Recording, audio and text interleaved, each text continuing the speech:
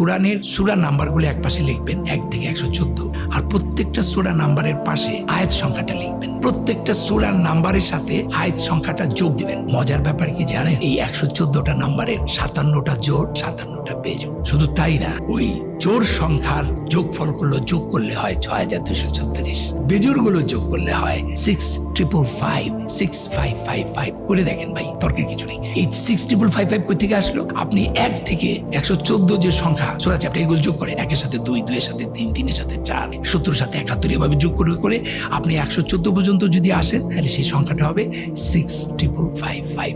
তাহলে জোড়াটা হচ্ছে ৬২৩৬ আর বেজোড়টা হচ্ছে 6555। শুধু তাই না, এর পরের যে ঘটনাটা সেটা আরো ভয়াবহ। Very very interesting mathematically. এই যে যোগ করার পর সেই নাম্বারের রিপিট গুলো একসাথে করেছি, আনরিপিট গুলো একসাথে করেছি। এই রিপিট নাম্বারের যোগফল হচ্ছে 7906 আর আনরিপিট নাম্বার যোগফল হচ্ছে 4885। এবার 7906 কে 4885 দিয়ে ভাগ দেন, it is 1.618 golden ratio. Can you imagine? আপনি চ্যাপ্টার আর ভ্যাস নাম্বারকে যোগ করার পর রিপিট আনরিপিট করে আলাদা করবেন, তারপর রিপিট নাম্বারগুলোকে আনরিপিট নাম্বার দিয়ে ভাগ দেওয়ার পর গোল্ডেন রেশিও হবে।